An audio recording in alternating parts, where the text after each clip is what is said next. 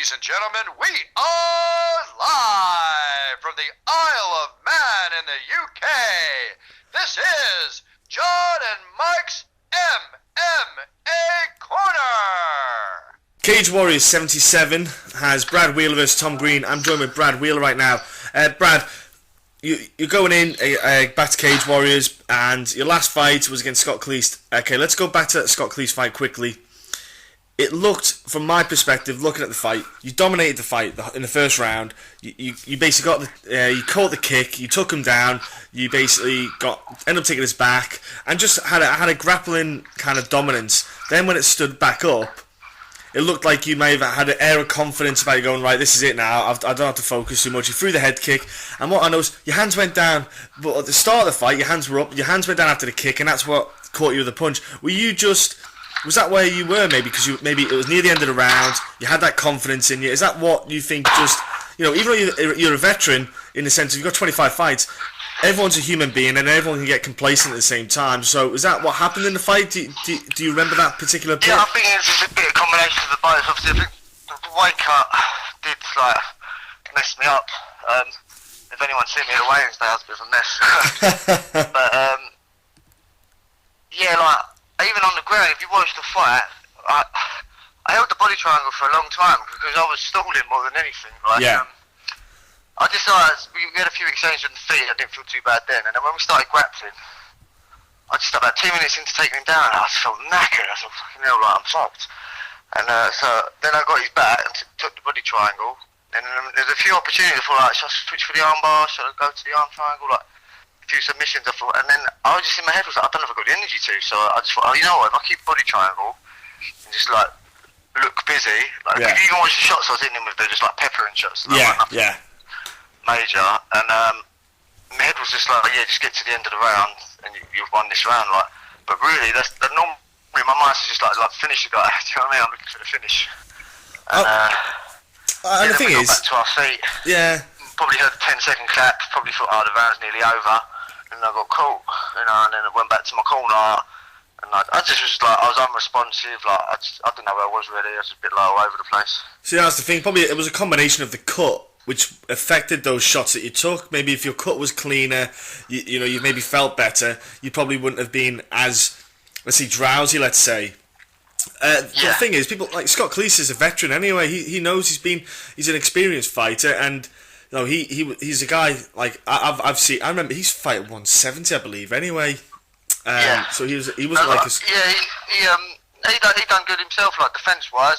Even though I had his back and I was trying obviously for the rear naked and that, but he was defending well and moving well to stay busy, to not give me any chances to get his neck. And then obviously he sees opportunity on the feet and he took it, and So, I couldn't have done the right thing by pulling me out, because it could have gone two ways. It could have come back out the second round, might have got my feet back under me and maybe carried on, or would have got hit again with a big shot and got proper knocked out. So, well, the thing is, that's your corner. That shows that they care about you as well, because they thought, we'll save you for another day, potentially, because like you say, you could have went in there, got yourself back together, but it could have went, you could have took more shots. Look at the JDS fight against Cain Velasquez, when his corner should have stopped that third fight. They should have stopped it way before it got to where it did. So it's good that you've got a corner there to support you in that sense, that they're honest enough there. I think because of the weigh-ins, I think I didn't know until after the fight, but they'd been talking between them just because it was how bad I was from the cut. They was just look, if he takes too much shots in the fight, we'll pull him out. That's good. Fucking hell. So I think after I got dropped and I went back to the corner and I didn't know. Imagine you spinning around in circles on the spot and then tried to walk. Yes. That's how I felt going back to my corner. I was just the room was spinning. You hear a little buzz when you get dropped. And then I don't know, my corner was trying to talk to me. I tried to grab the case to stand up and I missed it. I was all over the place. So it was the right call, and well done to Scott. I did obviously I was dominating, but he did well to survive and got up and dropped me. So going into this Tom Green fight, you've had a little bit of time to, get your body right, get your nutrition right. Is that something that you focus on a little bit more with the nutrition and the cutting side of things, just to make sure that you're physically in a better condition going into this one? Yeah. I think with last time, camp-wise training, I had really good training. I was fit, I was everything, but then it all got ruined by the weight cut, and that was obviously down to myself and my nutrition, it just wasn't where it should have been, and that's down to myself. It was my own fault, and and it cost me the fight. So I don't want that to happen again. So I've got on top of things this time. And the good thing about this card, mate, is the fact that it's during International Fight Week. It's on Friday night. It's like slap bang in the middle of the whole, let's say, just kind of buzz that is International Fight Week. So there's a lot more eyes going to be on this card, I think, than there would have been on. Well, the last card that you're on, the 75, was the first one back, but this one, there might be a little bit more buzz and interest from people like stateside. They'll probably want to watch the card to get that kind of juices flowing before the Ultimate Fighter card. Do you feel then that there's kind of a bit more emphasis on yourself mentally to maybe put on a showcase, so to speak? Yeah, like obviously with the UFC FIght Pass deal, it's getting massive coverage and viewing, so obviously I want to put on a good performance, so people around the world will be like, fucking hell, that was good, wouldn't it? Like, see that fight. So yeah, I'm looking forward to it. Now, Tom Green, your opponent, do you bother spending time researching your opponent? Have you bothered looking into him much, or are you not that fussed about Tom Green? Because 10-1, you think he'd be renowned around the UK, but he's a name that's went right under the radar. What's your kind of mindset going in against Tom Green? Yeah, like I said, when I got offered the fight, I looked him up and thought, who's this guy? I never heard of him. He's got a good record, and how's he a bit under the radar? And then I looked into it a bit more and just thought he's had hand-picked fights. And I watched a few of his fights and all that, and I just was like, alright, it's just a guy with a padded record. When that happens, Brad, it happens. That's the thing. We know, especially being in the UK, and people in the States will know from their side, because there'll be people that they'll know.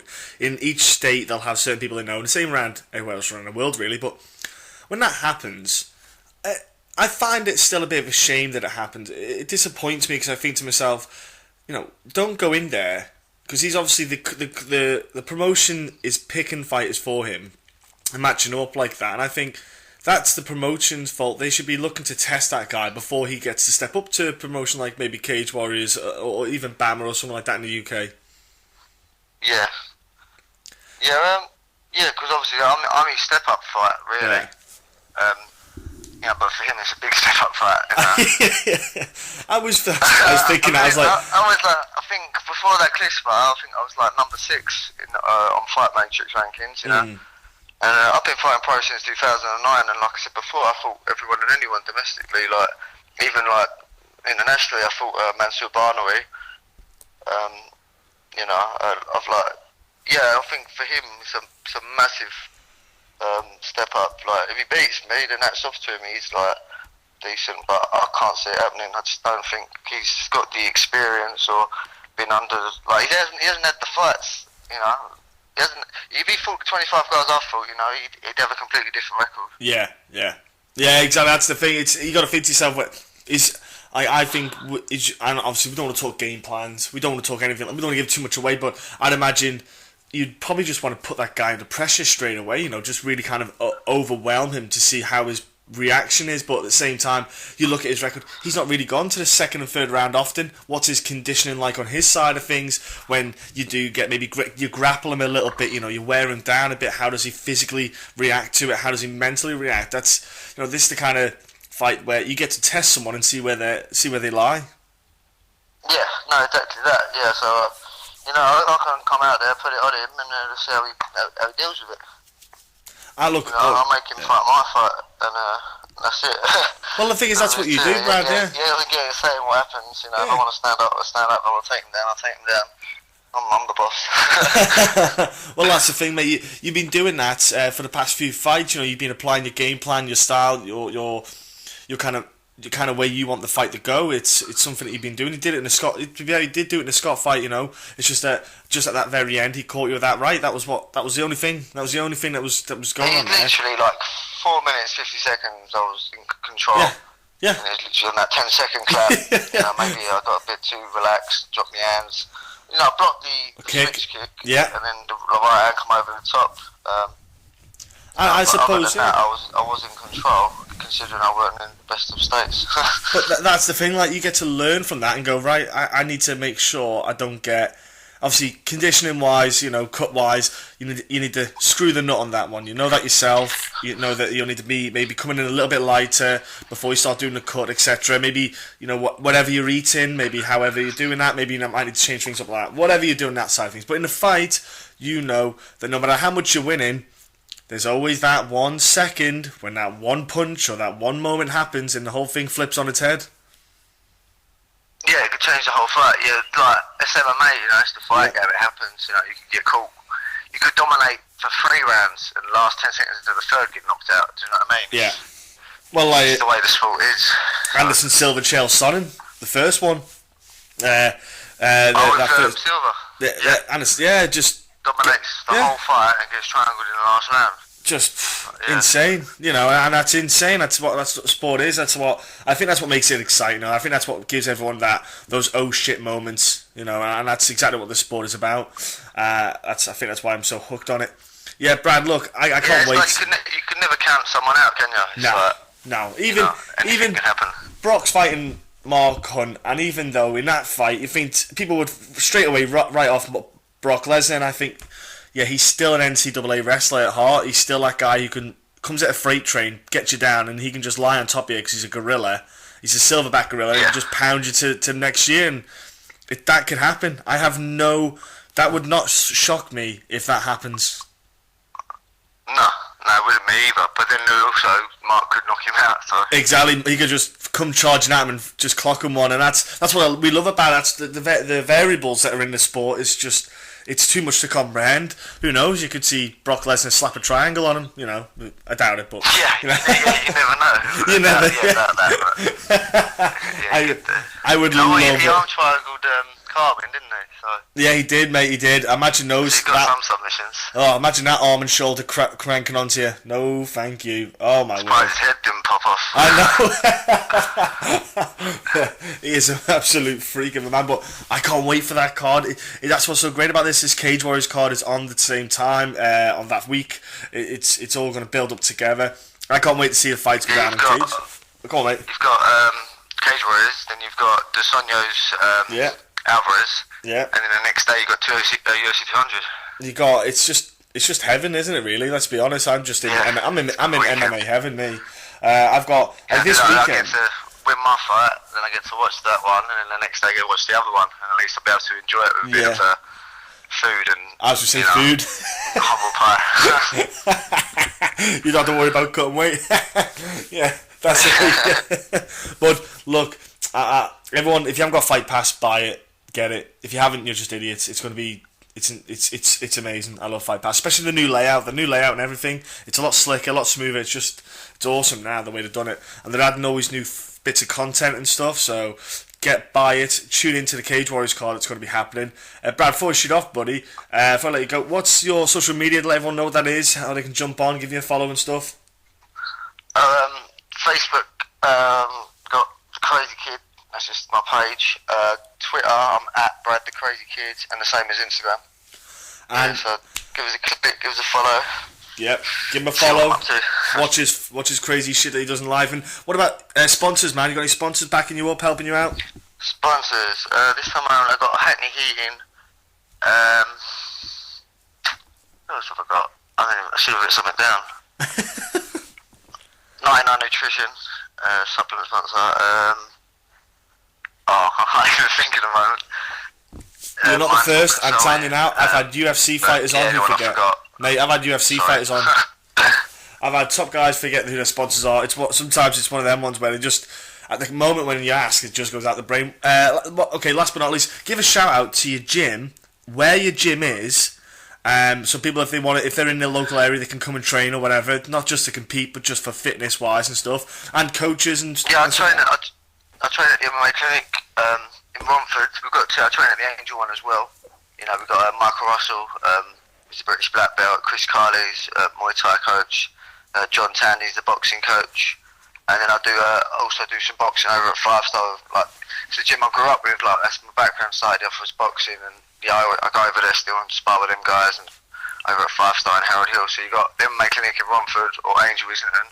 Come down and join in if you ever feel like it, and or if you just wanted to box, pop over to 5 Star. Get down, people. You know, get fit, look after yourselves, get your brain working in ways that you wouldn't expect, especially with combat sports. You know, it's a great way to get good fitness and let a little bit of that built-up aggression, especially if you're working 9 to 5. Oh, sorry, quickly, and we've got MMA as well. Sorry, MMA classes. I'm the coach at Romford. We have Paul Hines at the Angel Gym. You know, that's a good class for all the pro guys to just get in there and have a good spar, good movement, good technique, and yeah, just drill everything we're going to do for fight day. Oh, sweet, awesome. Well, there you go. Even more reason to go down, people. Brad, honestly, have a great fight against Tom, man. It's going to be something I'll be watching. I'll be tuning in.